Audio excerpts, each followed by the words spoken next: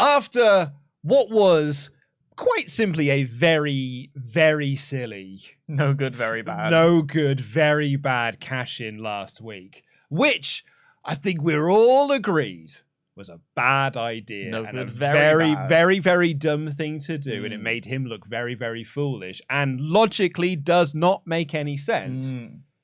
They did claw it back this week. And they done well. With what I think was an excellent Austin Theory performance. A great sell job by Ziggler, a great sell job by Seth Rollins, and a great character reset. And crucially, a great interview by Kathy Kelly. Welcome to the Raw Podcast here on the WrestleTalk Podcast channel. Please, if you're new here, press the subscribe button. Welcome to the family. Give us a little thumbs up because that massively helps us out in algorithms and whatnot. Look, press it right now. It costs you nothing. Press the button right now. I don't see you pressing. And get in your Ultrachats, get in your thoughts to WrestleTalk.com/support. We'll read out all of them above the $5. And if you're in the process of clicking links, why not click the link in the video description down below and get yourself the WrestleTalk partsFUNknown VPN of choice, Surfshark VPN. They are sponsoring today's episode, and you can get yourself, what if I said 10%? I said 20%. Well, what if I said 30%? What if I said 40%? Now we're talking. What if I said 60%? Stop. What if I said 80%? Calm down. What if I said 83% off? You have a deal, my friend. And I'll even throw in 3 months extra for free. Come on now. Use the promo code WTPodcast at checkout. Thank you so much to Surfshark for sponsoring this episode. We'll go into it in a little bit more detail later on in the episode. Right, Dan, let's talk about this episode of Raw. Yes. In particular, we're going to focus on Mr. Theory. And what's interesting is normally when we do that, when we pick the segment that we're gonna focus on this point, I'll skip in my notes to the bit of the show. But this was kind of littered throughout most of the second and third hour, so there's no bit. There's no bits. It's a lot, which is interesting. And it actually kind of, in a way, opened with the opening segment with Rollins. Yeah. Rollins essentially saying, hey, look, what Austin Theory did last week was really stupid. That was stupid. That was stupid. And the crowd chanted at him, that was stupid. He's like, dude, I know. You should tell him later on when you see him. Which I thought was a really fun, transgressive bit of fan interaction, because they're chanting that was stupid in logic, in canon, at Austin Theory. But they're also chanting it at the show. Like, it very much felt like they were like, oi, Trips, that was stupid. Like if there was another episode after the Game of Thrones finale, and the audience member there were going, that was stupid. So I really enjoyed that, and I loved that Rollins sort of let it play out, and I think it set the tone for what was a very hot crowd all night in the KFC Yum Center. I could not stop thinking about the fact that this center was called the KFC Yum Center. I know why it was called that. Look, Dan, I know you're new around here. And I know you've got your big boy pants on because you're on the WrestleTalk Podcast channel now. You're with the big leagues now. But you can't just come in here and make stuff up. You can't just come onto this show. You can't go onto my show and just make stuff up. This place is not called the KFC Yum Center. It 100% is, and I had to Google it because KFC are owned by a company called Yum. No, Stan, stop making Yum! Stuff up. Exclamation point! Look at the adjective. Yum. KFC Yum Yum, come get you some. That's exactly what it is. Also, it was from the Royal Rumble 2000. It wasn't during the invasion. I said the invasion last week. I said on 2 different videos. And then I was driving in my car like 3 days later. And I was like, no, you idiot. It was during the Rumble build against the Outlaws. I fully just accepted it and moved on. So you could have got away with that. Well, I thought I had for a while until my own brain told me that I was wrong. I could have had a V8. So the KFC Yum Yum, come get you some, was in full voice, chanting that was stupid. Guys. Well, yeah, and that is stupid. And in the lead up to the show, what were you thinking? What were you thinking was going to happen? That's the thing, is I didn't really know, because last week it's funny. So we put this title up on the podcast, you know, being like, Austin Theory snaps. Yeah. It was an awesome character reset. And one of the first few comments that we got from people who came early into the stream was just like, you see, and this is why wrestling fans are fickle. They couldn't even wait a week to see how the story played out. Let it play out and all this, that, and the other. And I, from one standpoint, get that position of, because last week we were saying that was exceptionally dumb. Yes. And it made a character look very, very bad. And logically, it made zero sense. Yeah. And then this week we've been like, but what an awesome thing that it has led to. Both of those things can be true. That part. That part. Both of those things. Last week was, without question, so stupid. Completely. And I think it's the very nature of wrestling, and especially because we are watching the longest running weekly episodic show on network television, or whatever it is. But because it rolls on, and because we are so invested in so much, there's so much content, we sort of just, we move. You know? What I wrote down at the end of the show, so when it had finished, gone off the air, and I was watching whatever BT Sport had to offer at 4:05 in the morning, what I wrote down was last week's cash-in was so dumb. This week does not make that booking choice any less dumb. It is so dumb. But it does make me willing to just sort of leave it in the rearview mirror and move on from here. It has led to a good character growth. It has. And was this part of Triple H's plan? Possibly. Was this part of the agenda? Possibly. This is a scripted entertainment show. This is something that Sean Rossap was saying, and I completely agree. This is a scripted entertainment program. You had 8 months that this contract was valid. You could have done anything. Could have done anything you wanted. Anything you wanted. Because what needed to happen, and we spoke about this last week, was you needed to get that briefcase off him because it was an albatross. Vince McMahon's hand-picked, cherry-picked project. It was not serving him right. You needed to get it off him so he could have a reset. I think a lot of us, myself included, thought that the reset would take a little while. But it's immediate. Yeah. You could have done anything to get this reset. You didn't have to make that choice. That choice was objectively dumb. And when KFC dumb. KFC dumb. Dumb, come get you dumb. In the opening segment as well, when Rollins was like, yeah, that was stupid. I was like, oh no. Like, this is going to be a very bad time for Mr. Theory here. Burial. I was like, in full burial mode. I really did feel like that. That was safe for Ali instead. I don't buy that either. I just thought it would be a funny joke. He then did an interview later on with Kathy Kelly. Dream. And he was talking about how people wanted to see him fail. Ever since he won Money in the Bank, people wanted to see him fail.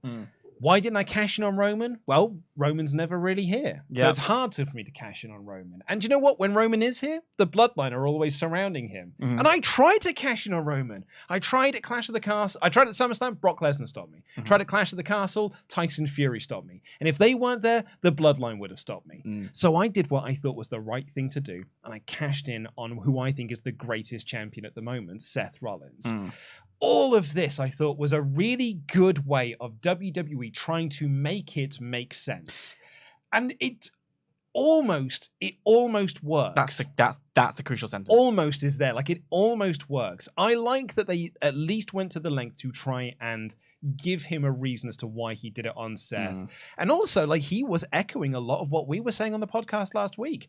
It was an anchor around my neck. It was holding me back. I could not progress with my career while I had this thing. And as I said in my edited review, it only falls down because he did it on a night when Seth had 2 open challenges. And then on this very episode, his explanation is, well, I didn't see another way. When Seth Rollins is in the main event defending that championship. It's a great attempt at a retcon. I think the thing that you said there that it almost worked is because I hear you say that logic. I hear you refract what he had to say. And I feel myself as an earnest fan starting to buy it. But it doesn't quite hit the mark because, exactly as you say, the choice of when to do the cash-in was so stupid, combined with, like, internally it was so stupid, logically it was so stupid within the characters, but also combined with the fact that you run the show, you own the show, you write the show, you can write anything, and this was what you did. So, really, when we break it down, not to get too hyperbolic and not to go overboard, this was a snap. This was a moment where he became vicious. He went off the deep end and started to go. And essentially the reset is I'm stopping being this arrogant heel. and I'm going to be this vicious, sort of snippy young upstart. So for me, I think the snap comes after the zigzag. Right. For me, that's the moment. Like, I think is on a descent because he doesn't come out taking the selfies. But during that match, when that zigzag hits and he gets that second big near fall, that for me is the moment when Austin Theory is like, I'm done.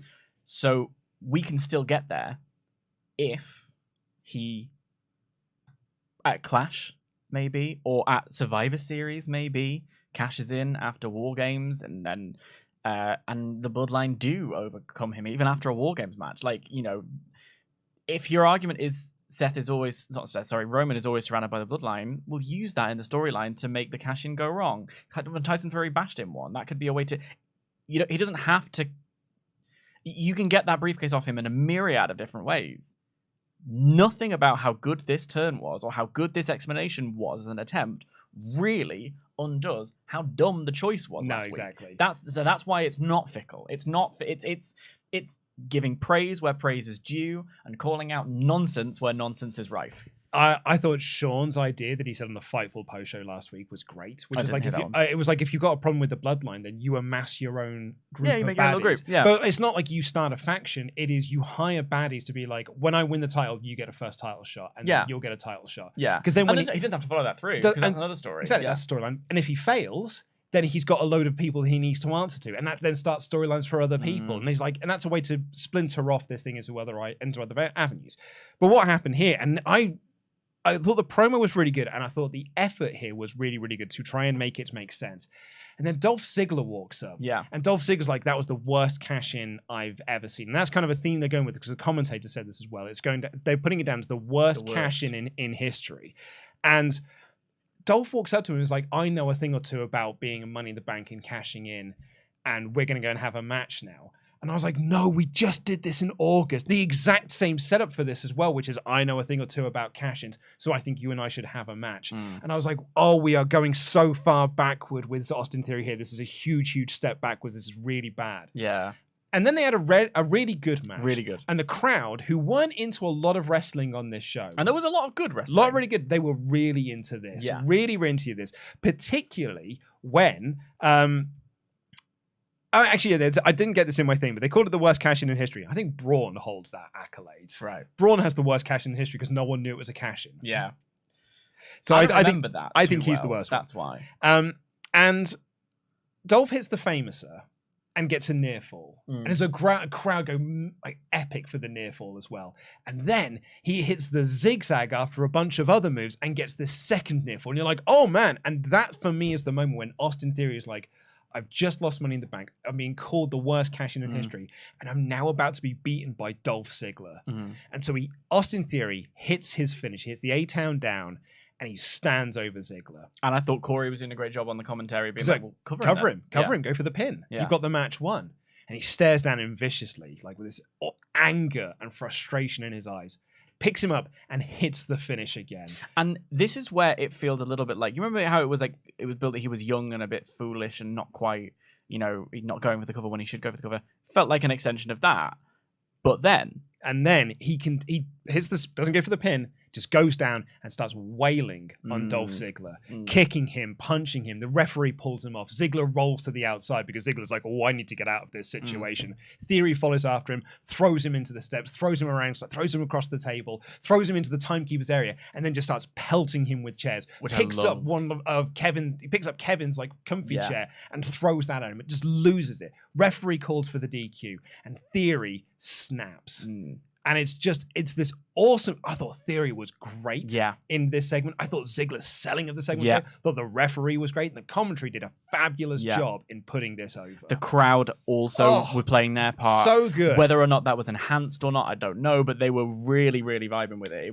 They were really, really going for it. The heat was there. And that was stupid that had felt like trolling at the start of the night and then began the match with that as well. Yeah, exactly. The crowd chanting at him as he's wrestling. That was stupid. Yeah. By the end, it felt like they were fully buying it. And it's like, and that's the magic. That's when it, you've hit it. And you know what? Next week, crowd won't be chanting that was stupid. Adam. Nope. Because he's then now walking off, mouthing to the camera, or not even to the camera, mouthing to himself. I'm Austin Theory. Yeah. I'm Austin No Theory. one's on my level. No one's good at me. And it's that kind of continued intensity That's all I'm asking for at any point. When I criticize like people being booked like goobers and being silly and being a bit geeky or dweeby or whatever, and it's like, not everyone has to be the same cookie cutter character. Doesn't matter. You can be silly. You can be jokey. I just need some intensity from you. Yeah. And he was giving us intensity bucket loads, and it really sold it. I think he did an incredible job. And then in the main event, it was Finn Balor versus Seth Rollins for the US Championship. We'll cover the match now. It was a very good match, and Seth was in like full babyface mode, doing all of his big babyface spots. I loved as well that he was still pretty much the same character as he was last Hasn't week, changed, babyface, but he's just wrestling babyface matches. Because when Seth has been a babyface, often I have found him to just become incredibly bland.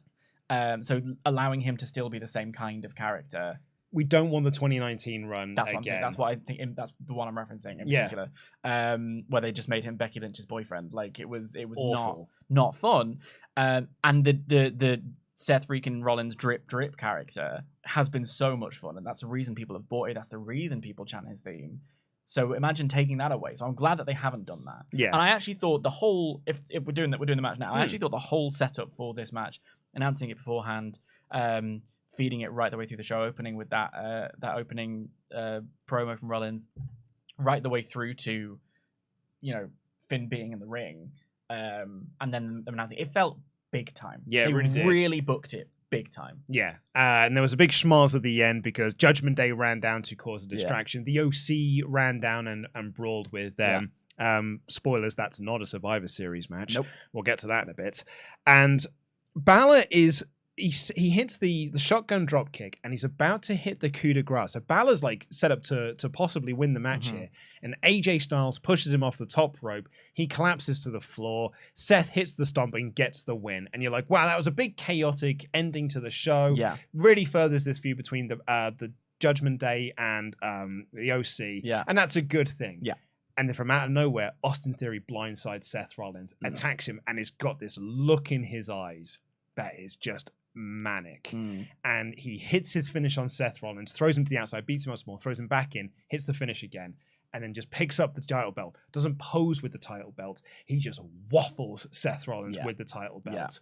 Yeah. It was so great. Really effective. Really effective. And I just think that, we could have seen that interference coming a mile off from the Judgment Day, and I could have done without AJ interfering directly, but I'm not mad about it. Like it's whatever. And it was, like you say, it was so fun seeing this brawl and seeing like a high octane, like, oh my god, they're rolling all over the arena. Like I thought the Carl Anderson being launched across the table was so much fun. Seeing Mia and Rhea go at it was so much fun. And so I was in this really like jovial, like fun end of the show mood, and I'd really enjoyed the show overall. And then Austin Theory comes in, and I was like, oh yeah, go on, way to put the polish on the show. Yeah, really really enjoyed it. And I can't stress enough, it doesn't undo anything, but it really has. They've done a really good job of pressing the reset button. It's funny. So for obvious reasons, they do get a lot of crap, and I appreciate a lot of this. Ringside News has had a report on this last week that a member of creative told Steve Carrier that, like, this has been done for a reason. This is not the end for Austin Theory. If anything, we've now put him into a feud with Seth Rollins, and he's now going to be in the US title picture, and he doesn't have this anchor around his neck anymore. And the only reason I brought up the Ringside News is because that is effectively what Theory then said in his promo about the anchor and everything like that. Also, should have mentioned earlier, the beatdown segment with Theory and Dolph Ziggler featured Petey Williams. So it is a 5 out of 5 show, because I got my Petey Williams spotting of the week. You did. I thought this was a great and much needed character reset for Austin Theory, because the whole selfie shtick, the whole I'm the youngest United States champion, I'm the youngest Mr. Money in the Bank, everyone just wants to be me, was quite tired, and it was getting quite stale, and it made him feel very mid-card. It smacks of an octogenarian booking a 20-year-old. Yeah, that's exactly it. It smacked of someone being exactly like, it. I pick it. This is what a smarmy young heel would be like. Yeah, and it's like, no, and it's booking is hard. There's so many layers. There's so many levers. It's a difficult thing to do. No one in wrestling is going to have a completely clean run. Like 2000 is considered to be one of WWE's peaks. You go back and watch 2000. There are some real peaks in there. There are also some troughs in there. Like it's never going to be plain sailing. But Austin Theory had been stale, boring, made worse by getting the Money in the Bank, made worse by being the handpicked person, and we don't want to see that as fans because we always are sick of the handpicked person. Roman was one of them. Early Rock was one of them. Cena was, like, you know, this is still I'm considering this day one for New Austin Theory. Yeah, still a million ways it could go, but this was really promising. The thing that I've really liked about the Theory turn here, or not turn, but like this character reset for him, is when in the week since Austin Theory failed his cash in last week, a lot of people were resharing that Kevin Owens promo from Raw, where Owens laid into him being like, you've got to stop thinking about these moments and start making something for yourself. And you can tie back a lot of what happened to him here to that promo. And that can set some stuff up for Austin Theory down the line. So when Kevin Owens gets back. Yeah. So I thought there's some really good stuff out of this. And it has created, like, you know, a fresh new US title scene. Yeah. With Rollins and with Bobby Lashley, who also said he wants to go for the title. You could have done that last week, you big moron. You did, and then didn't. And now you're saying it's someone else's fault. Ali and Austin Theory. And, you know, off the back of that, you know, Elias was sort of being set up in it a couple of weeks back, but that seems to have fallen by the wayside. It's another one of these WWE returns that I don't think is amounting to a whole great deal. So yeah, for me, this is a huge, huge thumbs up and a much needed thumbs up for Austin Theory. Agreed. Well, let's get into what you thought of the Austin Theory moment, the Austin Theory character change. Get your thoughts into WrestleTalk.com/support. We'll read out all of them above the $5. And kicking things off is Dean, who says, Survivor Series, United States Championship match, Fatal 4-Way. Seth versus Bobby versus Ali versus Theory. Seth wins. Theory snaps and attacks everyone. Chairs on Bobby. Seth may be able to run away. And the violence will consume Theory. And he joins Bray Wyatt. I was with you until then. Yeah. I really was with you until then. I think that's just a little bit out of nowhere. The last thing Theory needs right now is to be with someone else. That's it, yeah. He needs to be on his own. 100%. You know, I'm in for the idea of a fatal 4-way. I would hope Seth continues to win. I like the idea of them getting a hit of Theory going a bit brutal. I mean, there's no reason that he would run away because in fatal 4-way there are no disqualifications. So I think what they mean by the runaway is when Theory's losing it and like laying it out with chairs. Right. Seth win. That way, and I don't want to see Seth run away from that either. I think now that Seth is full on babyface, Seth will just get laid out with the rest of them. Yeah, I think so. Charles Berg said, "What's neat is that this change is a minor tweak. He was a petulant child that always got his way. Now he just doesn't get his way. Here's a joke. What's the difference between a goldfish and a mountain goat? A goldfish doesn't muck around the fountain. Goldfish likes to muck around the fountain. I don't get it. What's the difference between a goldfish and a mountain goat? A goldfish likes to muck around the fountain. Mountain goat doesn't like to... I don't get it. I think if you change up M and F on fountain and muck. Okay. That one has required a level of grammatical engagement, and I wasn't here for it. And I think those are always the best kind of jokes. It's a sleeper. It's a real sleeper. It's what they call in the industry a homer. It's on the drive home. Oh, right. You suddenly go like, oh, right. I get it. I get it now. But the earlier point, about it being a minor tweak is a really salient one. It is. Absolutely. And I think that these are the things. It's often when something is really working for you, only a couple of little tiny things need to be tweaked along the way and makes it even better. Yeah. And this was true. Half of the problems facing WWE, I feel, from a production standpoint, right the way through to a storyline standpoint, are so minor. Tiny things that need to be changed. So it's pleasing to see that they can do it. And actually, talking about character changes or even just minor tweaks, you mentioned Seth. Yeah. Nothing about him has changed other than he now wrestles as a babyface in his matches. Yeah. His character is exactly the same. Yeah, really strong.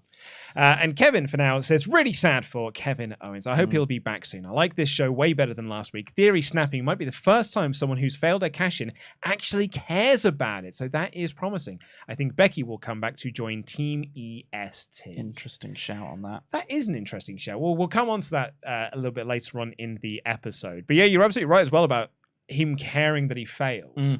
Or like him failing has really affected his character. Yeah, that's a really, really good point. And KO, the reports came out that he had a knee injury over the weekend, which is devastating because there was a thought that maybe he could be part of the Survivor Series match. I thought it was going to be. And that's a real shame for him. But as you rightly pointed out, there are strands for him to come back, and obviously Triple H is a big fan of his as well. So if we can build Theory up in the meantime, the second that KO music, thinking of when we think of War Games, KO's music hitting is always such a dreamy moment. When they did it in NXT, so great. Yeah. Also, big shout out to our moderator as well, who just wrote under Charles's post there. I was stuck on that joke for ages, so thank you. Yeah. Maybe workshop it. Maybe.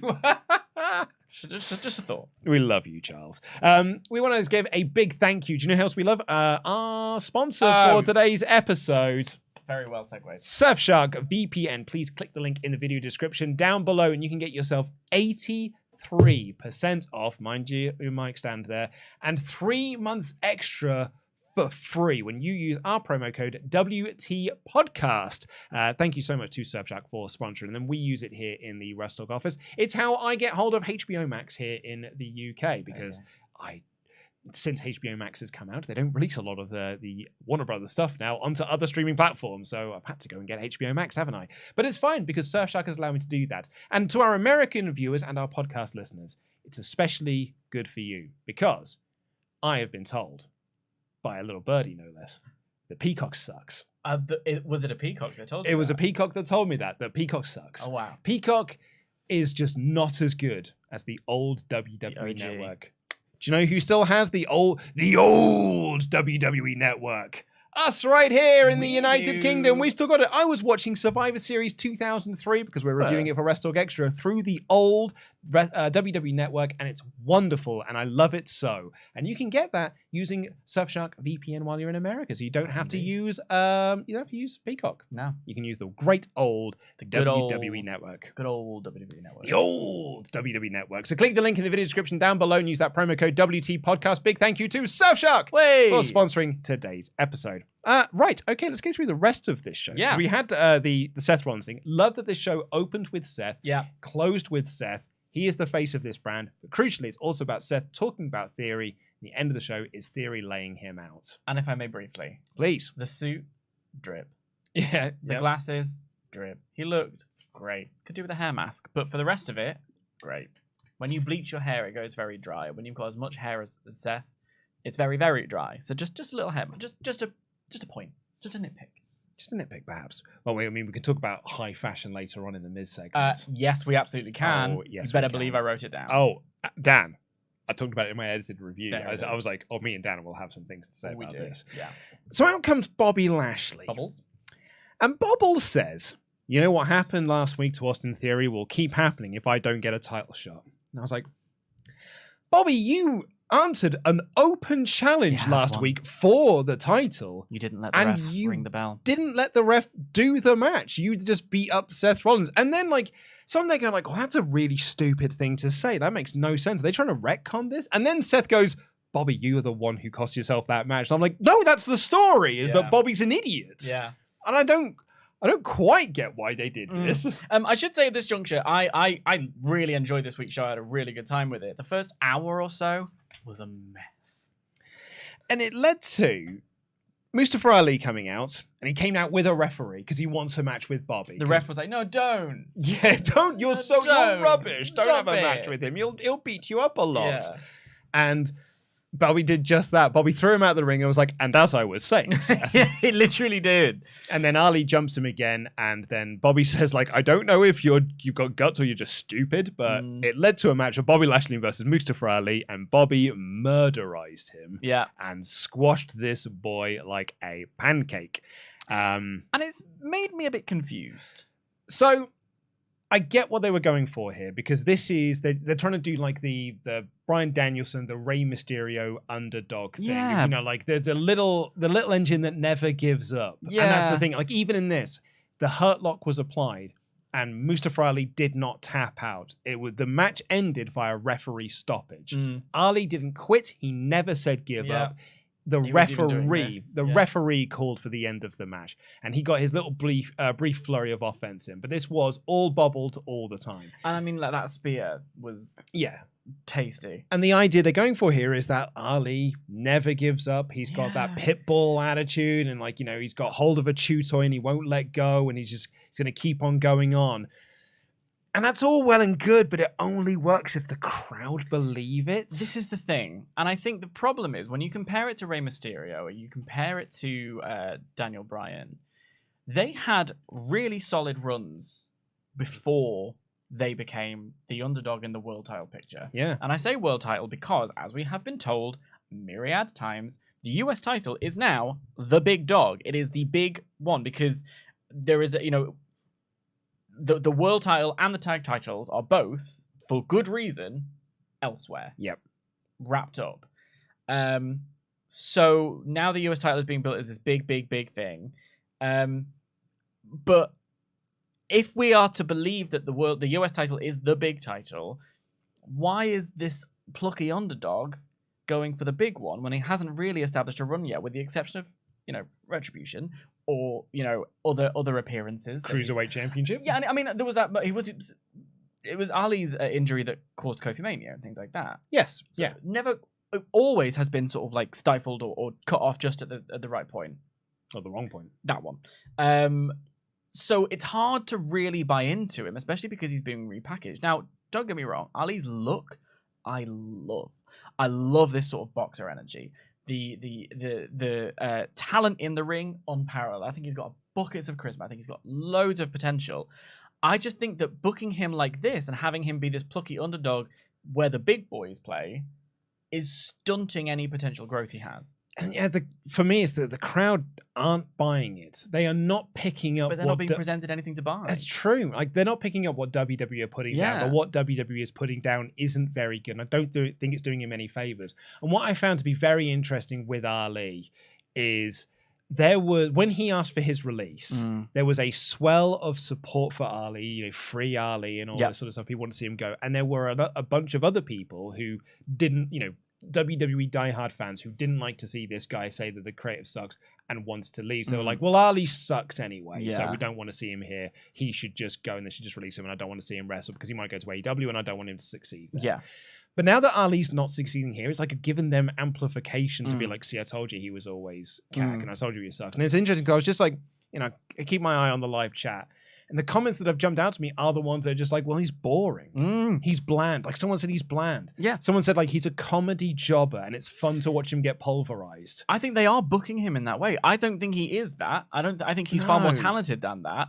I would love to see there to be like a cruiserweight title or a secondary title back in the picture where he can sort of go and earn this plucky underdog for the big prize status. But right now, he is being presented as a jobber where it is fun to watch him get thrown around. It's not working. This is something that needs a tweak. Yeah. This needs some serious rethinking. Minor. It is not Put him in a working. different division.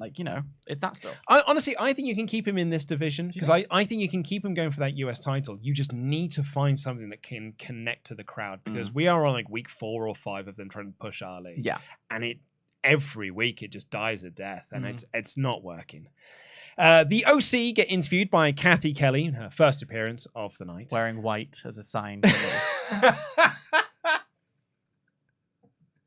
And AJ challenged Balor to a one-on-one match at Survivor Series. And I'm like, there's 4 of you. And there's 4 of them.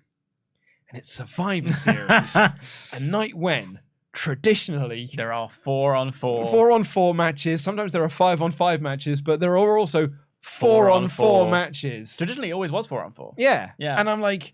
And we've spent weeks waiting for you to find a 4. Yes, building to the re-illusion. Yeah. And then it's like, I'll have a one-on-one match with you, Finn Balor. And I'm like, what? Why? Why are we doing at Survivor Series? This was the first moment where I was like, well, I guess there'll be a 3-on-3 match then. At that point, I was like, Mia Yim's in War Games, isn't she? See, I didn't even go there. I was like, Mia Yim and Rhea Ripley are going to be in War Games. And that's the one thing I said last week. And that feels like a real step backward for this story. Well, let's get there because I don't know about that. Well, I do, but we will get to that. So yeah, AJ challenges Balor to a one-on-one match at Survivor Series. Can't wait to see it. Which is being officially soundtracked by generals gathered in their masses. Burn just like witches at black masses. It's like Ozzy's in the room with me. Shall I do Sharon? Song. Ozzy. Stop singing. We've got a Raw review. I got a really bad impression of Sharon Osbourne. I'm very sorry about that. Love this song. Yeah, it's a great theme. Great theme. I think they're doing a brilliant job with the build of War Games as a show. Like the hype packages. We'll get onto a hype package in a little bit for the match, but I'm really into the whole aesthetic. Let me just quickly drop my hot take that will get me some heat online. Oh, you love those. It's a great song made only better by Faith No More, who did a much better cover of it. I couldn't possibly comment. Literally couldn't possibly comment. Far superior to the original. Speaking of the OC, Mia Yim took on Tamina. And there is nobody, Luke, meaner than Tamina. Yeah. Well, she lost here, and the crowd were very quiet. It was this one. Bowling shoe ugly. It was not a pleasant match. And it was when Damage Control were watching backstage, and I was like, oh yeah, no, they're definitely going to be in War Games, aren't they? What was really frustrating was because this is our first. Okay, right. Mia Yim has had a great run. If you are a concentrating, passionate wrestling fan, Mia Yim has had good quality matches in NXT, a lot to show off. Great run in Impact recently. But on the main roster, if you're a casual fan, this is your very first introduction to Mia Yim. Sure was. And we are being told this person is the solution to Rhea Ripley. And Rhea, one of the most over people in the show. So this was the moment. And they gave her Tamina. And Tamina looked rusty. But, hey, Mia Yim won. At the very least. At the very least, she won. But it wasn't. It was a sloppy match. Oh, and this crowd were as dead as a doornail. Until Rhea Ripley got in the ring. Yep. And then they started going, Rhea. And I was like, oh, no, this is not going to work. Yeah. And then she left and they booed. So that at least got them something. To be clear, I think it was more to do with Tamina than Mia. I think Mia, I'm high on Mia. I can't wait to see her have the opportunity. It's just this was a bad choice. We'll quickly skip her segment because Mia Yim then walks backstage and finds Damage Control. Bayley wants her to join her group, and she was like, "Do you know what? I've got no beef with Alexa or Asuka or Bianca Belair." So, which I liked that. I like that. That's a little bit of logic. Being like, "Thanks very much for the invite. This ain't my problem." The segment before that was Matt Riddle walking backstage with the bongos. I would like to personally apologize to Triple H because I think I must have done something to upset him, because we had a segment here with Matt Riddle and the bongos where he dragged in my darling Kathy Kelly and my best boy Chad Gable. Why were they both being sullied with the bongos? Yeah, it's like, man, without Randy Orton around, Matt Riddle has fallen off this card. Burn those bongos in a fire. It was a funny joke once. If that. If that. I still hold on, it was a funny joke once. You are wrong. It was not funny. But it was weeks ago. Yep. And we keep getting told. It was his US title shot. We keep getting told Elias and Matt Riddle are a tag team. And I was like, I don't think I've seen them in a segment together. Maybe like once or twice. Like that first segment with the bongos. And that's really about it. They don't feel like a tag team. And I thought we were going to get a tag team match here. You know when someone's like, "Oh, this is I'm this person's best friend," and the other person is like, "I mean, we've met like twice." That's what this is. Except Elias isn't there to tell Matt Riddle that they're not a tag team. Yeah, but it's not like head cheese. It's not, no. But also, like it's like they're trying to redo the Randy Orton storyline, but Elias is no Randy Orton, and he's not there. And he's not there. It's dreadfully bad, and it led to Matt Riddle versus Chad Gable. Which was a banger. Very, very good. Although here are my two quibbles I have with it, though. And here is why I would say it is not a banger. Because these two are having a wrestling match that the commentary team were not on the same page with. Oh. Because of the way the production works. Yeah. So, case number one. Chad Gable does a fabulous dragon screw out of the corner. Yeah, lovely. And Matt Riddle sells the knee. Yeah. And Corey Graves is like, that is a match. That's the match ended right there. There's no way that Matt Riddle can get back up from this. And Matt Riddle immediately jumps up and starts kicking away. And Corey Graves is like, looks like it hasn't phased him. Yeah. So they're not on the same page there. And then number two. Well, so when has a dragon screw ended a match? Well, oh my God, that drop toe hold. That's got to be it. But the second one, and I think this is slightly more egregious, is Matt Riddle is up on the top rope. Yeah. He gets distracted by Otis. Chad Gable runs up the ropes and does a big top rope German suplex, like belly to back, overhead German suplex. German suplex. Release German suplex. And Corey Graves and Kevin Patrick freak the F out as if this is the match ender, and it was for a commercial break. Yeah. And when we come back from the commercial break, nothing has progressed in the match. Like that spot did nothing but signal an ad break. And that for me is such a frustrating way to structure a wrestling match. It's the yes, I agree. I mean, there are whenever I see someone do a sort of tope suicida or something and they hit the post, it's like, oh, what's going to come next when Raw rolls on? Raw rolls on. It's, you know, we know these things. That was a really weird moment. I will say, I think I've given it time. I think the Kevin Patrick experiment is over. I don't think it's worked. I don't think he's very good at this job. I think he is a lovely guy. He's very nice. I think he has great chemistry with Corey in a separate way. But I just think as the voice of Raw, as someone who's going to tell these stories, he ain't no JR. He ain't no Michael Cole. He ain't no Mauro Ranallo. It's not the one. Yeah, I agree with you there. If you aren't really paying attention to what they're saying, and I have to confess, I have started to tune out because the Kevin Patrick experiment is not working, the match itself was tasty. It was really good match, and I wrote down that I would love to see an NXT TakeOver match between them, because it's that kind of thing where you could put these two cold in the middle of a ring and give them 15 minutes, and they would barnstorm their way to a great match. And what could have made this match possibly better? Chad Gable won. Oh, shoosh! Chad Gable got a win on TV. Thank you! I was stunned. Yeah. Because they recapped that Otis beat Elias last week. I was like, oh, cool. So Matt Riddle beats Chad Gable here because Chad Gable never wins. Yeah. And then they'll do the tag match. Yeah. But no. Chad Gable pinned Matt Riddle. Yeah. Put his shoulders on the mat and pinned him. Sure. 1, 2, he had his feet on the ropes and Otis was holding down those feet. But Chad Gable won. Yeah, he won the match. He has not won a match on TV since July. And as a singles competitor, he has not won a singles match on TV since July. This is where the show started picking up for me. And I said in my edited review, Vince McMahon was in charge of the show then. Yeah. Boris Johnson was our prime minister Oh the last time that Chad Gable won a match on TV. God. Christ. Well, yeah, you know.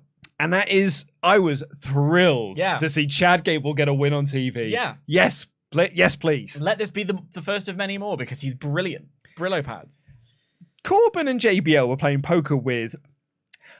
What was this man? When was he from? Because he's there in this little flat cap and this like waistcoat jacket, and he's just there like, come on here, Bush, we're gonna go play some games. Or he was about to be on the news corner being, read all about it, extra. He did look like now the stacks are falling. He did look like he was on his way to an audition for Newsies. Yeah, Newsies is what I remember. I was like, the cast of Newsies are here. Or a little bit like he was sort of like, I'd love to hang out with the Brawling Brutes. Do you guys know them? If I win this poker match, will you hook me up with the Brawling Brutes? Like, but yeah. When was he from? Is very, very, very good. And then Akira Tozawa walks up. Oh, but before then. Sorry, maybe it's not before then. We did have a lovely piece of Your Town Sucks heat via the medium of whiskey, which I really enjoyed. Oh, really? Because the guy, his little waiter comes in and says, I've got some of the finest Kentucky bourbon for you. And JBL goes like, are you joking? Get that swill out of here. And rather than him go, your sports team is bad, it was really fun little dig at the whiskey of quite Kentucky. Nice. It would have only been better if it was KFC. Yeah, well, exactly. Your KFC has arrived. Also, before Akira Tozawa shows up, an unfortunate thing had happened on the table. I don't know if anyone else spotted this, but it was all I could see for the remaining segments.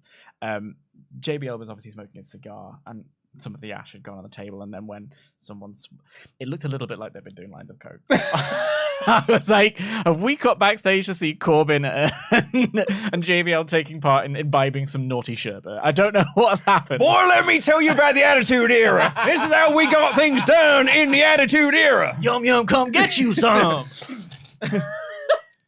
That's how we got things done. Anyway, Akira Tozawa walks in. Yeah. And I was ready to be like, oh no. And in fairness, it's a joke you can see coming a mile off, which was, I've never played poker before. And JBL and Corbin are like, yuck, we're going to get some money here now. And they play him a poker. We cut away. Later on, cuts backstage. and Akira Tozawa has won all of the money. Yeah. And Baron Corbin and JBL are all disheveled. So the tie's unpulled down, and his hair's all messed up, and it leads to a match between them. And I actually thought that the payoff, particularly with JBL and Corbin selling it, was very, very funny. You see it coming a mile off, but sometimes those are the favorite jokes. You know, this is what we wanted to see. I really enjoyed this, and I thought it was fun and different and fresh. And I didn't actually need a match, and we'll get onto the match in a bit. But like, I thought it was fun. I thought it was a silly fun, and I enjoyed it. So, up next was MizTV. The Apology. What is the first thing I've written down here? If you could. The Miz is just so good. Thank you. I was smiling the whole way through this segment. Here is what I will say, because I'm not as high on this segment as you are. Yeah. And I will get onto my reasons for that. I've tempered my feelings about the segment, but when he walks out wearing his lovely cardigan, the cardigan was so nice. It was such a good touch. I was like, I'm smiling from ear to ear. Can't wait for what we got. It is the second time in the Miz's WWE career that he has worn a cardigan on TV, and I've then gone online to try and find a cardigan that looks the same. I actually used to own a cardigan very similar. Because it was a few years, like 2015 or so. He had this cardigan that had a hood, and it was really long. And I have the same. I've now got I went on Twitter and I said, can anyone help me? Because I don't know where to look. Can anyone help me find a cardigan that's like this? Not joking, 2015 Miz is very much my style. Like, that is entirely my energy, yeah. And he came out in this cardigan, and I'm wearing a flannel shirt You're today. A dad now. Well, I love cardigans. Cardigans are my jam. Yeah. I adore wearing knitwear. Yeah. I go mad for knit. And I can't think of a word that rhymed with it, apart from swear words. And, you love getting your knits out. Yeah, oh, absolutely. I'm going to knit all over it. I'm not in for no knit November. I'm all, if anything, I'm all knit November. Stop. I was a bit distracted. I didn't listen to a lot of what Miz said because I was like, cardigan's lovely. Yeah. Cardigan's delightful. And it made me sad that I'm not wearing a cardigan today because I wore flannel instead. And I should have been wearing my cardigan, although it is too hot in the studio to be wearing a cardigan. Very warm in here. But, you know, like, so here's what the Miz said. Yes, I paid Dexter Lumis, which is what we've been saying now for 3 weeks. Yeah. So when people tell me the storyline's moving forward, no, it isn't. And then do you know what happened? Johnny Gargano came out and he said, why didn't you pay Dexter Lumis? And Miz said, it's because I wanted empathy, which is what we established 3 weeks ago. And then do you know what Johnny Gargano said then? He said, you're going to have a match with Dexter Lumis, and it's in 2 weeks' time. And if Dexter wins, he gets his job, which was the fucking stipulation last month! He said a naughty. Oh my god, this story just never ends! It just keeps going and going. It's like a Duracell body of bullshit, and I'm so sick of it. She said a second naughty. And it's like, and to make matters worse, it's in 2 weeks' time, and I was like, can't just end this story. It's been 14 weeks. The storyline's been going on for 14 weeks. It'll be 16 weeks by the time the match happens. Liz Truss was Prime Minister when this storyline started. The Queen was alive when this storyline started. She might not have actually been. She might have been dead. But she might have missed the whole thing. Oh my god. Oh dear.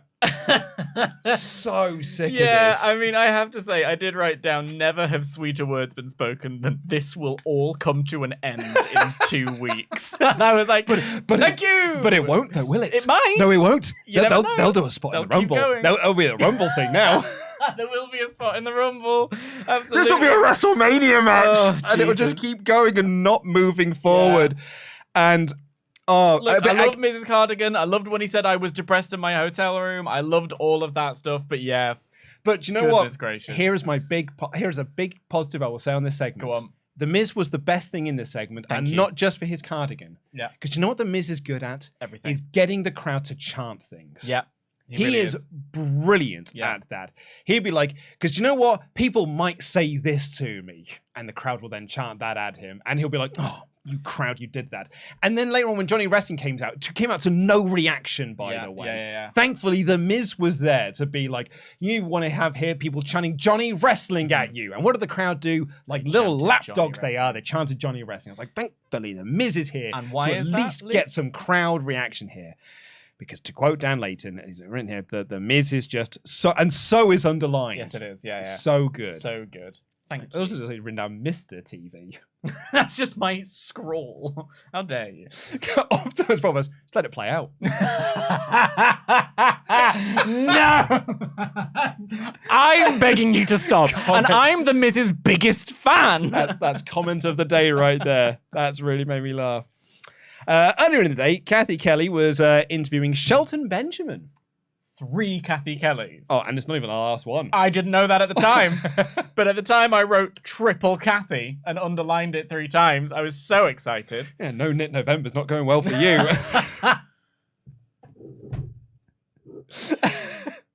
And Dominic Mysterio walks up. Dom was fabulous in this segment. Oh, so good. Oh my God, Dom was so... Because here's what Dom did. He's that proper knob you know at school. That proper absolute bellend that is like one of the like... He's not the king bully, but he's the king's bully little prick mate. But he thinks he's good. But he thinks he's like king. He thinks he's on the same level as the other, the bigger bully. So he gets up in Shelton Benjamin's face. Shelton Benjamin turns around, and Damian Priest sort of like steps between them. And Dominic gets behind Damian Priest and is proper over his shoulder going, yeah. Do you know who Dominic is? Dominic is the kind of person who calls everybody geeks, but can't see that he himself is king geek. Oh, and it was so just repeating everything that Damian Priest said. It's like, we'll have a match tonight. Loved it. And then Shelty B with his lovely, I'll take your challenge. And it's like, he had that full like sauces for eyes. And then it's like, this is I think minor tweaks. Like all you had to do, it's not rocket science. You just have to accept that Dominic's a bit of a prick. So that's the way we see it. So let him lean in, and he's doing a really good job with it. Love it so much. And then Dominic Mysterio had a match with Shelton Benjamin. There was lots of interference and distraction from Judgment Day. Dom won with a frog splash. And it's really nice to see Shelton get his flowers. Yeah. You know. Nice to see Shelton have another match. Yeah. We've got the Kathy Kelly Austin Theory interview that we talked about earlier. 4 times. 4 times, Kathy Kelly. Yeah. Thank you. And there's still more to come for Dan Layton. And we then got this promo for War Games. I meant to load this image in to the back end. Because they showed the rules on screen. Oh, yes. Now, War Games is not a tricky concept. No, there's 2 cages. Yeah. And 2 rings, 1 big cage. 2 rings, 1 big cage, sorry. There's 2 rings, 1 big cage. And then people enter into the cage. When all 10 men are in the ring, or 10 women are in the ring, the match beyond begins. And then it's pinfall. Well, it's supposed to be, one of them submits. But in the WWE landscape, it's pinfall or submission. Yeah. WWE, because it's the first time it's been on the main roster, I've got to explain this to an audience. Yeah. And there's 5 bullet points here, and they've just made it sound, here's what they've written. 2 teams will be contained in separate cages with 1 member of each team starting the match. That is a very wordy way to say people enter in individually. Yeah. After 5 minutes, a member from the advantage team will be released to enter the match. What's the advantage team? Well, the team that has the advantage, so usually the baddies. Okay. So rather than just saying that they enter in separately, 1 team at a time. And then they say, after a 3-minute period, alternating members from each team will enter the match until all competitors are inside the cage. The problem there is they have not mentioned at the start that there is a cage around the ring. Yeah. So the only time they've mentioned cage is in the first point where they said the teams are inside separate cages. Yeah. But they haven't made it clear that there's a separate cage. Yeah. Then they say, once all competitors have entered, War Games officially begins. The only way to win the match is by pinfall or submission. And I was like, why have you made War Games sound more harder than it needs to? Well, what was interesting is that I didn't really pay attention to that because I was like, I know this stuff. I'll just go and get a cup of tea.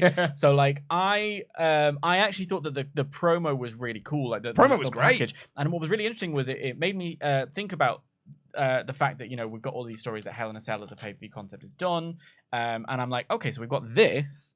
And we had the Fight Pit promo. Remember the Fight Pit promo, which was also really delicious? It's almost like Triple H is aware that Hell in a Cell and the power of something like Hell in a Cell has been completely diminished. So he's creating his own alternative versions and giving them that same level of hype where we as fans believe this is a big deal. And I think it's really good. I'm so excited for War Games. I think it's great. Looking at those rules, that's mad. I wonder if we could have done that in the package and be like, here's or next week. Here's a package to explain how the match goes down. It's a very TNA thing of, it's really quite simple. The problem, and I did read this, I don't know whether or not you read it too, the problem I think is, because obviously all of the War Games matches have taken place on NXT, and a lot of the people in those matches are now the exclusive property of Tony Khan on AEW.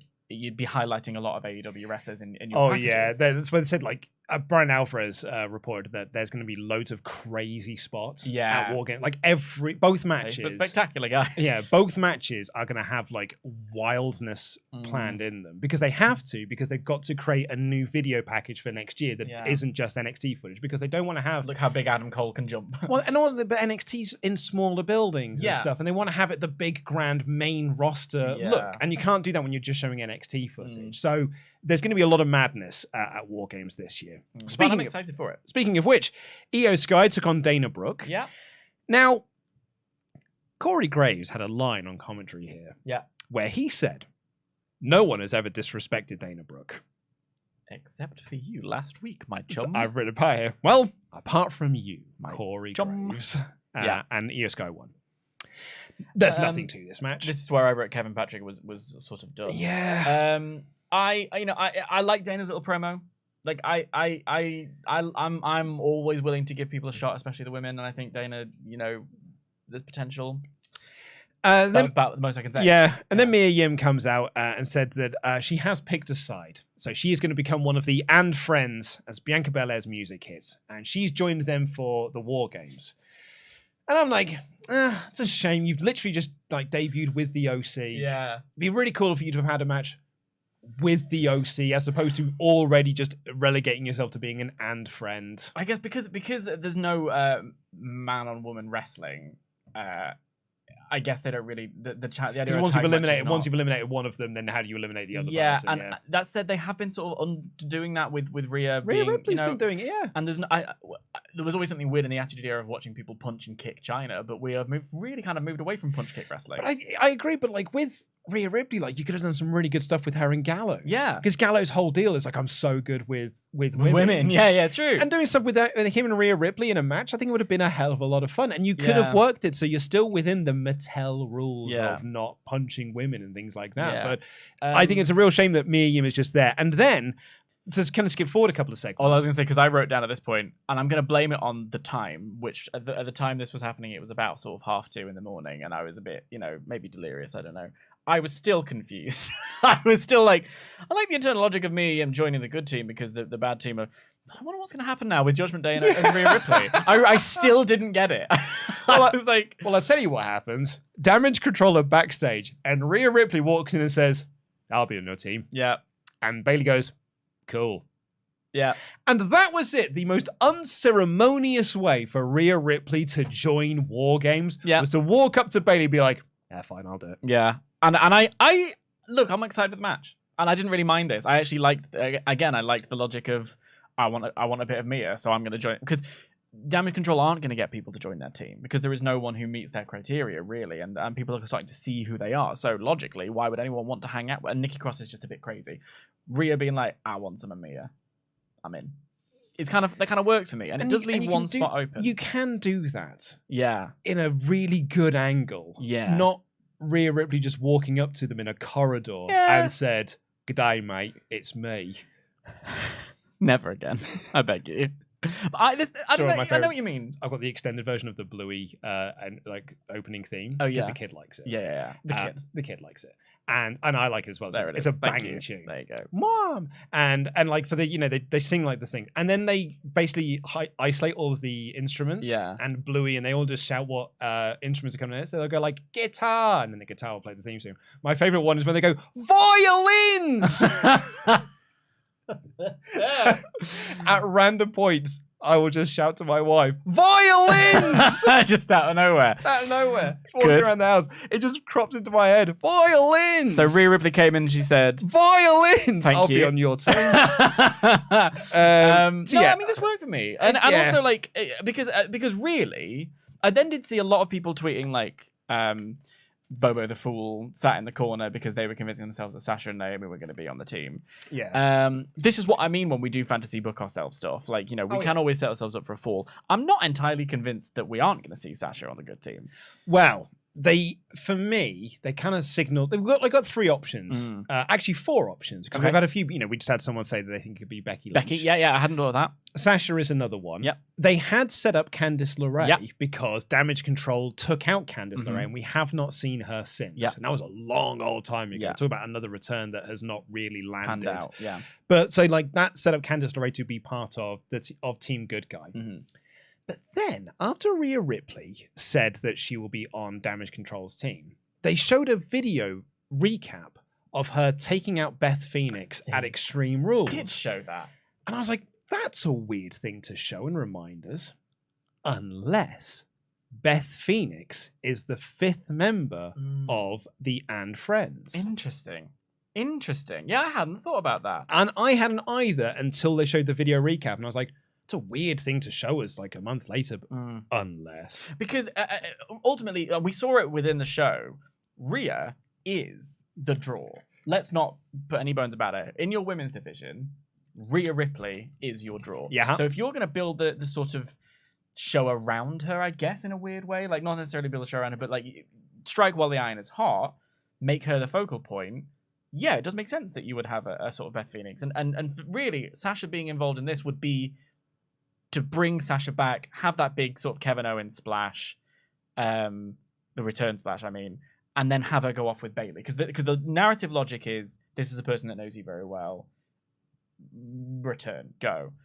That's far more entertaining to me. I think Sasha could be used better elsewhere. Yeah, no, I agree. And we've already established, from last week's episode that we're probably going to get Rhea and Bianca Belair as like our next big title program. Probably we'll start something that towards the Rumble. So Rhea being in War Games makes sense from that aspect of it.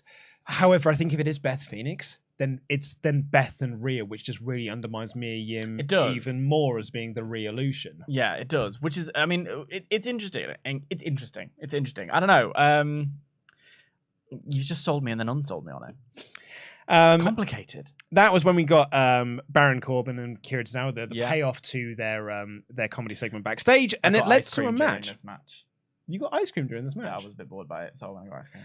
I actually quite enjoyed this. Goodness me. How the tables have turned. I've actually only got one massive complaint about this. Okay. I wish JBL was on commentary for it. Yeah, agreed. Because the story of this match was Baron Corbin and JBL have not had a good night with Akira Tozawa because Akira Tozawa not stole all the money, won all of their money during their poker game. So Baron Corbin's coming here thinking he's just going to walk all over Akira Tozawa. And Akira Tozawa is on offense for 98% of the match. And Corey Graves is freaking out on commentary because like, oh my God, Akira Tozawa's going to beat Baron Corbin. This can't be happening. It would have been so much more effective if it was JBL. Because JBL was doing a great job at ringside of freaking out, but JBL on commentary with the headset standing up every time Akira Tozawa gets a near blow him would have been so entertaining. Yeah. I agree. I see that. Yeah, and in the end of days, and Baron Corbin wins. I actually enjoyed it. I think I enjoyed this more than all of the other Baron Corbin matches we've had thus far. It was fun, don't get me wrong. I think what I wrote down is I was enjoying the show so much that I didn't mind how uninterested in this match I was. I thought this segment would have been fine just backstage. That said, good opportunity for Akira Tozawa to be out of the 24/7 division for a change. So, And he did put up an interesting tweet. Who could Tozawa? Tozawa, indeed. Really? It was a photo of his gi and basically his wrestling outfit, and it just said "thank you." Oh, yeah, very cryptic. Interesting. It felt it's either he's taking a step away from the ring, or he's just getting rid of the Vince McMahon gimmick that he had, and we're going to get proper. He's Marie Kondoing that. Thank you for your service. And we're going to get proper Akira Tozawa back. Interesting. So who knows? We've already talked about the main event, so the last thing we get to talk about is this very odd segment. But before we begin, if I may, please do. I know it's still technically November, but we are amping up to the festive season. Sure are. 5 Kathy Kellys. I had the Greg's vegan festive bake the other day. It's fine, isn't it? Oh, I thought it was delightful. Oh, did you? I loved it. Oh, last year's was not good. Oh, this year's. There we go. Muy bueno. It is excellent. Yeah. Delightful. I had another one yesterday. Well, perhaps I shall pick one up on the way home. But so here's what happened in the segment. I'm just going to recap what happened in this segment. Kathy Kelly is with Bianca Belair and friends. And she's beautiful. Sorry, that wasn't in your notes. Yeah, and they're sort of like stood on, there's two of them and there's two of them, and Kathy Kelly's in the middle. Yeah. And they set up that next week it's going to be a member of Team Belair versus a member of Team Bayley, and the winner of that match will get the advantage going into War Games. Yeah. Standard stuff. Oh, there's the advantage. And they're like, cool, yeah, we're going to win because that's what we do. It doesn't matter which one of us it is. It probably should be me, though, because I'm actually the only one who matters. I'm the good one of this team. It's probably not Mia Yim, though, is it? And then, because this is WWE and it's got bad staging, they walk off in separate directions because they're not friends, and they walk off in separate directions. Friends. They're friends. And then Alpha Academy walk up and are just like, oh, thank you, shoosh. And then Seth Rollins walks up singing his entrance theme song, but going, shoosh, shoosh. And then it fades to Finn Balor being interviewed, and then he's been like, I'm going to go win the US title. I was like, what is happening? It was a fever dream of a segment, wasn't it? It was absolutely insane. It was like, oh man, the show is running 45 seconds short. Yeah. So we can't just add that onto the wrestling. Alpha Academy, just walk up to Kathy Kelly and just say some stuff. Seth, you go out there as well. Maybe it was just Triple H trying to get me on side this week by giving me one more Kathy Kelly. And it worked. It really did work. Bizarre segment. Staged so poorly, but it that was the last thing we discussed. We already discussed the main event, which was Finn Balor versus Seth Rollins. Overall, this was for me like a very, very fine show. I really enjoyed it. Perfect midpoint of a pay-per-view build. It furthered some storylines, apart from Lumis and Miz, obviously, because that storyline hasn't moved forward in a month. You can't further a storyline that's going on ad infinitum. It's going on forever, so it never furthers, it never stops. Yeah. It's not building to a climax, it's building to more. It is a snake eating its own tail. Yes, very that. And it is, but apart from that, I thought it was okay. And then all the Austin Theory stuff, that came right at the end of the show. Yeah, I thought was brilliant. Yeah, and it really did. Like at the end, I was like, oh, that was awesome. I'm really looking forward to seeing next week. And like you, I'm really stoked for War Games. Yeah, I'm really looking forward to Survivor Series. I thought for me it was a 4-star show. I really, really enjoyed myself. I think when I spoke about this before we came in the studio, but like rating a show like this is kind of a weird one because it's you can't rate it on the same level as you can rate a pay-per-view because the content is just different. For me, what is Raw supposed to do? It's supposed to further storylines. It's supposed to get me excited for rivalries. It's supposed to make me intrigued by characters, and I think it did these. It fired on all cylinders. The first hour was just a bit wonky, and I think that when some of the in-ring competition especially was really exciting, really, really fun to watch. So yeah, I was really impressed. I had a great time, and it's what, a week on Saturday? Week Saturday. Well, we got one more go-home show, and then it's Survivor Series time. I've got to be honest with you as well. So Tempest and I recorded our predictions for Full Gear, because it's Full Gear this weekend. Yes, it is, that'll be live tomorrow on the WrestleTalk Podcast channel, and obviously in the podcast feed. And I think I'm more excited for Survivor Series than I am Full Gear. And that's nothing against Full Gear, because Full Gear's got a great card. It's got some really, really good stuff on it. I'm just really stoked for Survivor Series. Look, this is the thing. I mean, this is why both of these companies, it's thrilling that both of them exist. Like, I hate the war, the idea of AEW versus WWE. They cater sort of a little bit to different things. I'm going to be so sports entertained by this show. That's the feeling I've got at the end of this episode of Raw. Like, I'm so like... I'm really vibing with what they're trying to sell me now, which is so nice to feel in such like stark contrast to last week when I was quite cross. Like I was not happy. So yeah, I don't know. I'm really keen. I'm really looking forward to what they're going to have to show. I think a singles match between AJ Styles and Finn Balor, sign me up. 2 War Games matches, one of which featuring the hottest storyline, sign me up. I'm in. Should we do a poll? Please. Mod Mother, if you can hear me, can we have a poll to say which pay-per-view are you more excited for? Survivor Series or Full Gear? Wow. I'd be curious to know.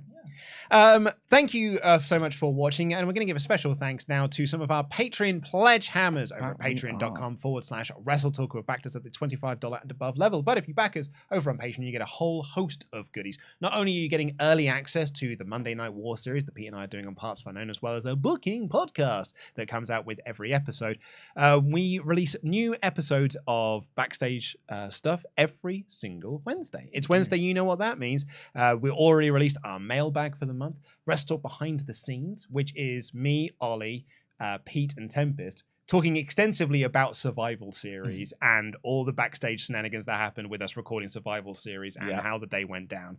And tomorrow it will be WrestleTalk After Dark, which is Pete, Adam Blompier, Sullivan Bo Brown, and Terry Lamongi. It's quite the lineup. Spice. It is quite the spice, and I make a brief cameo in there at one point. Just to survey the chaos. Well, only because Terry wouldn't let me have some of her cake. And do you know what I did? The second she left the room, I had some of it. So I came into the studio to brag to her that I had some of her cake. Terry scares me. I probably wouldn't have. I mean, she was very mean to me about having some of the cake. Of course she was. Yeah, and she called me a lot of names. All of them in French. Very. And I understood few of them. Yeah. And then the following week after that, so next week, it will be myself and Ollie Davis reviewing Survivor Series 2003, which I'm having a very, very fun time watching. Very silly program. But if you are one of our $25 and above Pledgehammers on Patreon, you get your name read out on the WrestleTalk podcast like these fine people manipulating Manny Umaria. How do you like them apples? Marcel Jura. Marcus, he's got Soul Campbell. It's good, isn't it? That's an Andy Datson joint. That's a good one. Have a glass of sherry, Martel J. Simmons. He's got two first names, Matt Howard. The real boss, Matt Robinson. Max, Kurt Wallander, Wallen. Michael Jensen Radio. Michael, Mark for Life Plowman. NJ Hornsberg. This is some kind of Patreon shout-out. Nate drop surname. The Batsman, Nathan Batty. That is your Hall of Fame class for Tuesday, the 15th of November, 2022. So yeah, we've got some fabulous stuff coming up on the Patreon page, patreon.com/WrestleTalk. Go get yourselves involved. If you are one of our Patreon backers, why not tell these fine folk how good it is? BM Whitehouse in the Ultrachats here says, with Kevin Owens being out injured, should WWE bring in Nick Aldis as the fifth man to keep the United Kingdom theme going? There's one big problem there with that, BM Whitehouse. Sheamus is not from the United Kingdom. Quite famously so. Quite naughty. Yeah. I mean, don't get me wrong. The sort of British Isles hometown boys. But they don't like that, though. No. They don't like that much. But this is he got all the plaudits in Cardiff because none of them like us. Well, I did really like when they were going, flying, because it was Drew, obviously. Yeah. United Kingdom's own Drew Yeah. McIntyre. I was like, you can't do that with Sheamus. No. But bless them, they were trying. It's like, Sheamus, very close to Wales. just islands next door. He is.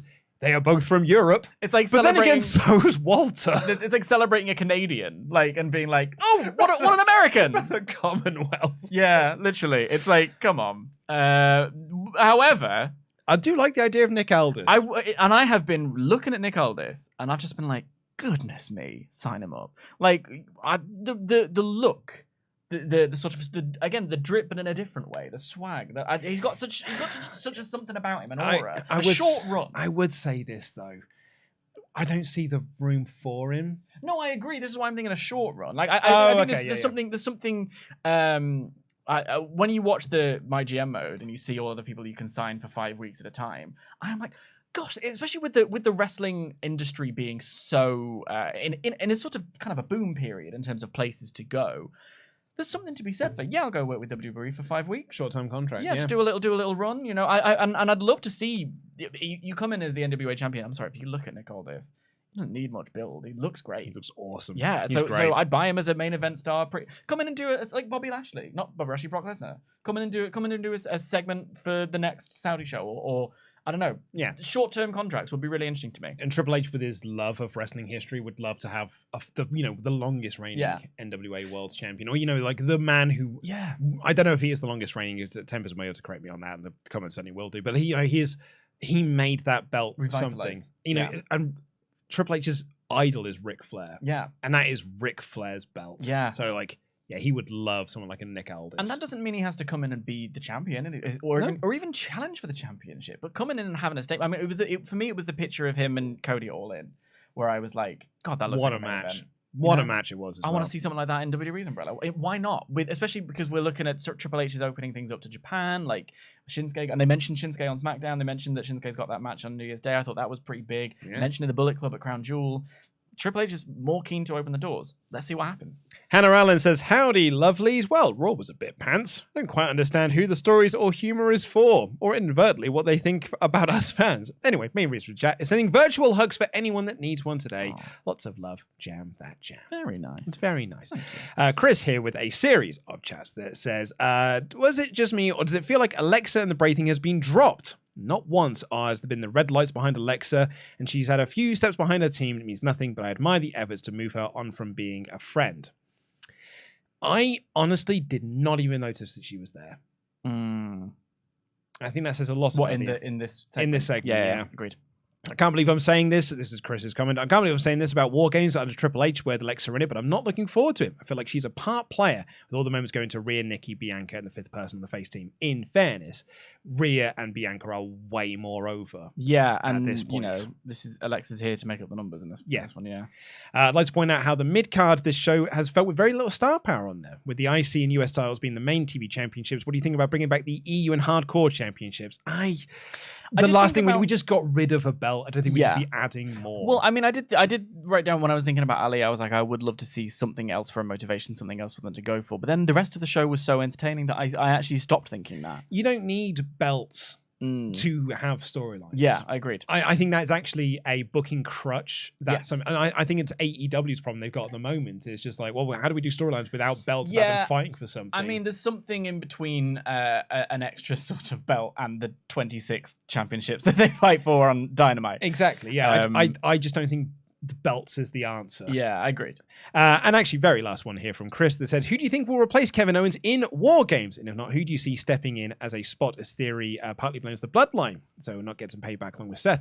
I wouldn't put Theory in there. I wouldn't put Theory in there. If I was a betting man, I joked about this with Pete, but I really don't think I'm going to be far off the money. Madcap Moss. He's just a body that can just fill that role. Interesting. That would not do anything. It wouldn't. I would do nothing for me either. But it's just it's who they would pick. Certainly in a Vince era.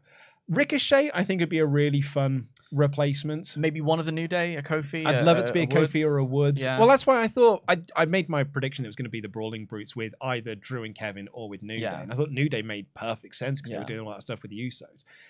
But Drew's your big main event guy, so I get that. So I don't know. Like if it's one of the New Day, I think that would be great. Yeah. I think SmackDown is kind of lacking in I agree. Other I'm looking top and I'm stars that could go into that role. Because it is like narratively speaking, without shoehorning someone in. Exactly, because it's the bloodline, Walter, and then just a bunch of other guys. Yeah. Like Ray. Yeah. I guess you could put Ray in there, but he's also injured. He's taking out the World Cup. Yeah. Before I don't want to spend too long on it, obviously, because time-wise, but like, just want to say that New Day Usos match was unbelievable. Very good. I got quite emotional in the middle of it because I was just like, God, wrestling's great. German Chavez says, happy Monday, guys. Never thought I'd say this, but I'm the Pokemon nipple guy. It's great to see it made the podcast highlights episode. Our trivia night went great. Thoroughly enjoyed this episode, other than all the Miz stuff. Have a good day, guys. Did I just pay another $5 because I forgot it was Tuesday and thought it was Monday because you're covering Raw? Yes. Was it worth it? Also, yes. Might as well ask a question. At this point, do either of you have predictions for Rumble winners for both? We actually, I think we've had this a few times, and I've never really had much of an answer because I don't think you can really know until you get towards like Rumble season. I think Cody feels like an obvious pick. Yeah. If he makes it back in time. What I love though is that I think no one wants a Rumble winner in November. No one wants to know yet, however, I do like the fact that Triple H seems to be open as a creative head to booking on the fly and going with stuff. All these plans for KO that were pulled out of the way because of the way the Sami Zayn storyline was going on. So let's see what happens. I don't think he's going to be... If someone's getting a really hot run in December, I think he'd be willing to pull the trigger. Roads Traveled has been a member for 12 months. He said, more Chad Gable. He needs the big push instead of Ali. More Gable versus Riddle, Gargano, Ziggler. Add a serious edge to his goofiness. Easy comparison to Kurt Angle. That part. Kevin, wasn't Miz injured when he was supposed to have his match against Loomis? That might be explain why the story is still going on. Also, every time Luke talks about UK's past prime ministers, reminds me of Dan and Sullivan. Can we have a go? Can we have a go? Let's have a go. That's basically how it's going down these days. Anthony Botfield said, can someone explain Johnny Gargano? I never watched NXT, so all I have to go on is his main roster stuff, but he appears to be a slimy weasel. No one likes a grass. He made me feel for the Miz, and I hope that Miz beats up the little brats. He's not wrong. He's not wrong. Honestly. Wrong. That's the way Gargano's been presented. Gargano is dynamite. But that's not what we're being given. It's funny as well because the only thing I can say is like, oh man, he was like the best replacement they had for Sami Zayn in NXT. Like, as the ultimate underdog babyface, Sami Zayn. We then had that with Johnny Gargano. He was like the purest of pure baby faces. This is not Johnny wrestling. It is so far removed from what Johnny wrestling should be. Yeah, it's a weird one. Also, gonna say that I was recommend go and watch some of those NXT matches. Go and watch his series with Ciampa. Yeah. Oh my god, it was so good. Go and watch it. What was his match with Andrade? I always the match with Andrade is in Philadelphia. Exceptional, unbelievable. What an opener! Yeah, so great. And lastly, from Charles, it said, "Here's another joke that I like that may not land." Okay. A woman gets on the bus with her baby. A passenger sees the baby and screams, "Dear God, that's the most ugly and hideous thing I've ever seen," and runs off the bus. The mother, weeping, is consoled by the bus driver. The driver tells the mother, "I'm sorry about that. People are often cruel for no reason. And that man was incredibly rude. I, for one, think your dog is adorable." Yeah, that's fine. It's at least more cohesive and cohesion than the other one. You get it, right? Yeah, it's just... I think it's very good.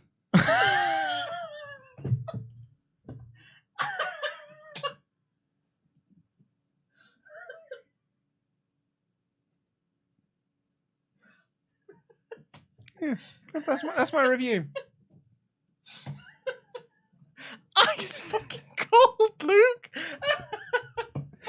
So that's my review of Charles Berg's joke. Great.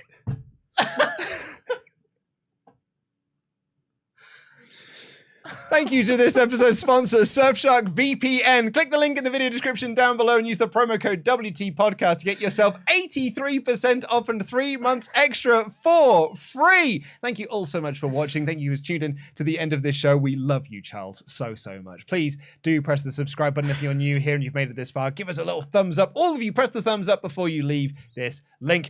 We will see you tomorrow for the AEW Full Gear predictions. It's me versus Tempest for the Jam That Championship. I'm winning back my gold that I should have won at Clash of the Castle. Oh, but you ruined it. Their plans changed. Yeah, Austin Theories was the second worst cash-in I've ever seen this year. Mine was great. I'll always have that for however pop. Thank you all so much. Enjoy the rest of your day. Jam that jam, everyone.